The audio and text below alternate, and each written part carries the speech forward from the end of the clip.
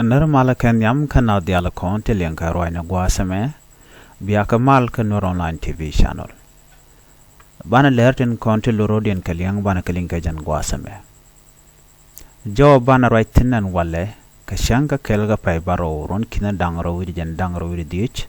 bana roach.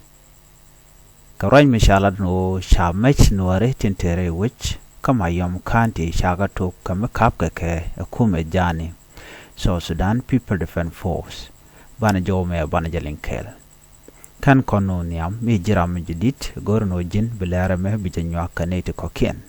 kami jiram jidit gor jen go jin be subscribe ka bi notification bell be jetwan bi channel be je support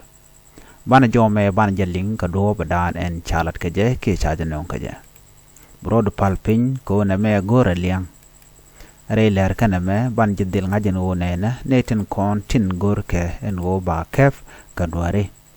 ko neme tuoge re which kama yom county kiyunti state gorja en wo de narin palpin en tama chogo chub gwasde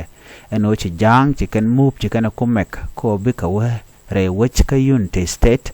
chicken men chicken to kiyunti state headquarter en wo ba making when en wore ba ka zil kep kandial en challenge linkel ka do badan en tuoge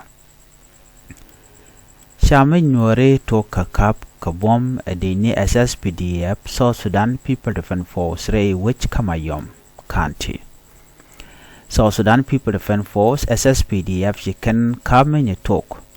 Kanetin cap can maken can wene tin Nuer when Nuer tintere which Kamayom County Kayunti State. And guasen chicken a make talk a captain a guat ente when Nuer ticketin tila jikume ala ngwentin kontin chunkel ke kumikirmi yadit ngwenta tote ke headquarter ke unit state headquarter chajo mo chajalat yen gwadan chicken match chicken katoka captain chaladin go ngon mi cha yorpin kirmi yadit en go ka kor kemi woken match tinte ka jang mo kan ka kapre wika warap state ala wujane kan jangnen koni la dini SSPDF mo ka mech jano kan ka kap ka jowe dana chalat ka ja bika kule jien buka wa ka unity state ala dini jana dial no tin charian mat kel ka halikin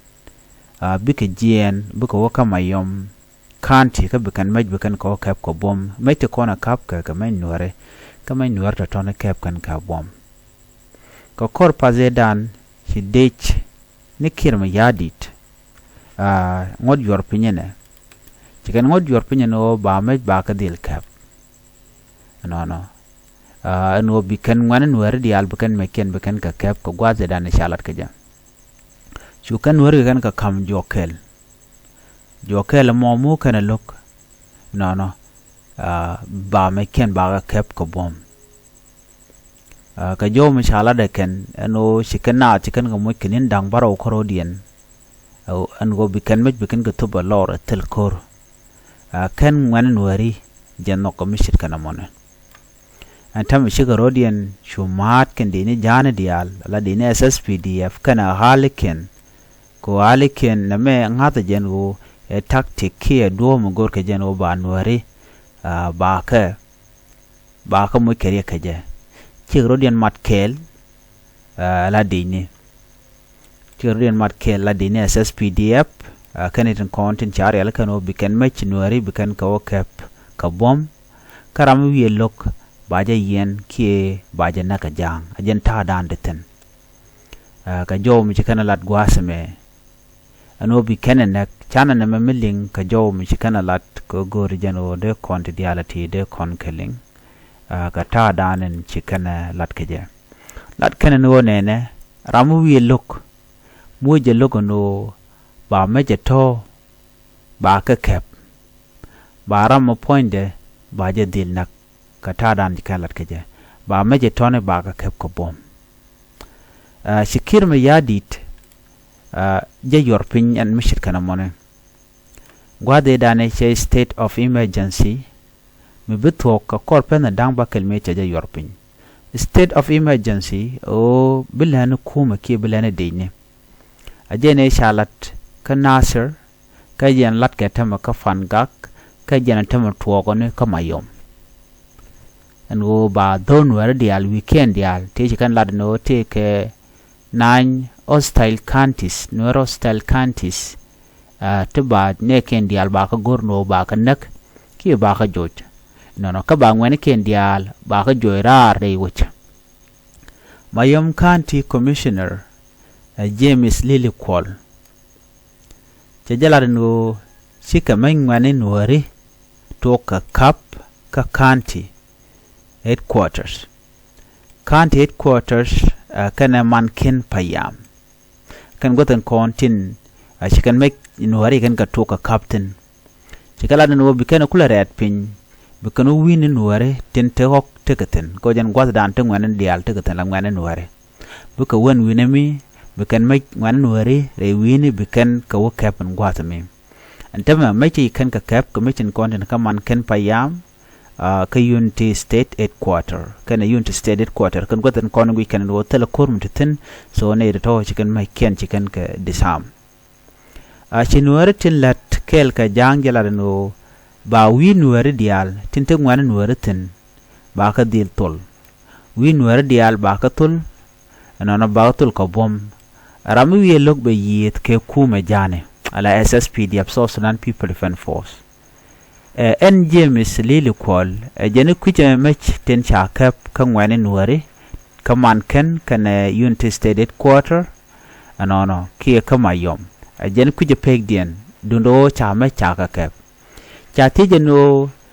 kan mech biya ka kap ko bom kie biya ka kap koch chikan ladano ramu loka ba kap ko bom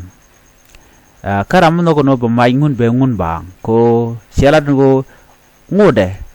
ala kon kende nitin kontela special force ala special SSPD apten charge ko bimej bukan ka kamora kan kana shubrai wich kan gana shub ko unity state ko tege den midin mi shari aleka chirkaman chalar yana won gwasame eno de ni SSPD abdial tat kana jordial kwa ka dara ka unity state ko bikan men nuar bikan ko kabin winami ka unity state ajane entama ka dadop kan kana shub ko biga shub kamu ko chup chathok kantin dangwal kel kan nuari dial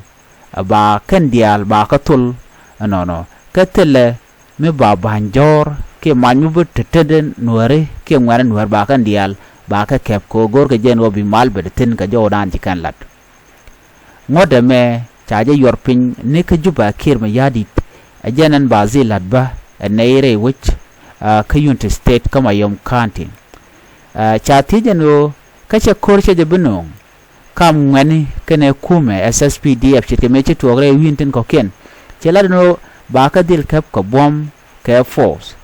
rami wi lok ka ngani nuari ba dil nak ko jandana cha yorpinyano ka ngani entama ngani ngari bi lok ba na ko jan ngodana cha yorpin ko bu kume SSPD ap bekan ngod bekan kanong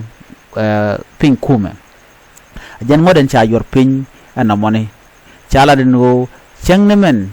chame de to chaga tul kan wan nuare pek men ni tung wan kan long kan wan nuare ngot ka da win nuare ka jan gwasan bi kuma SSPD South Sudan People Defense Force bika we en winami jet ka ngoden cha yor pin akir ma yadit ko ba me ken dial ba ka dil ka pram wi lok ba nak ajan jowandan en chala na meni minge ji jen go ci jome ci jalien ko jallat kuja kam ne kontin la ngwan nuare no kor wene kaka jan jowndana kan lat ne me report michikana goro ready chalat ke media na dial re wi ka South Sudan ken ano dej medit ja wen re wich ka unity state ba men nuare ba ko kep ko bom ram wi lok ba dil nak ajan ngordana cha yorpin kuma jane ke lu choroda mat ken nuare tan den konti met ka jang ngai kone kama yom kanti dio je pai konte pai tuok pai kon kelinga no chaka bugane ka karen yale barateme force mi dit kele were wuchen binami jo me gor jen wode yena ling ka do badana shalat ke jeno shukuma jane sheno kontamen go ba menywer baka kep ko bom shikamen shaling gwasameni so bana yiman dan le rode bana ka chu gor no bu kon kan hach ano ka kor nintin be biya kor mi dit long biya jeling re wiki unity state kama yom kanti kam jani kan nuare ante me gor ga jeno ba nuare ba ka weekend ke ba bomdien ba je wuch be ka ne de telot ya big yu telwang ene gwa da gor ga je mon ba ka na ka je ba ka na ka je jenta dan lat ke tem de ni guje gwa no ke me yadit go na mal ba chi mal ne me ne mene gor ko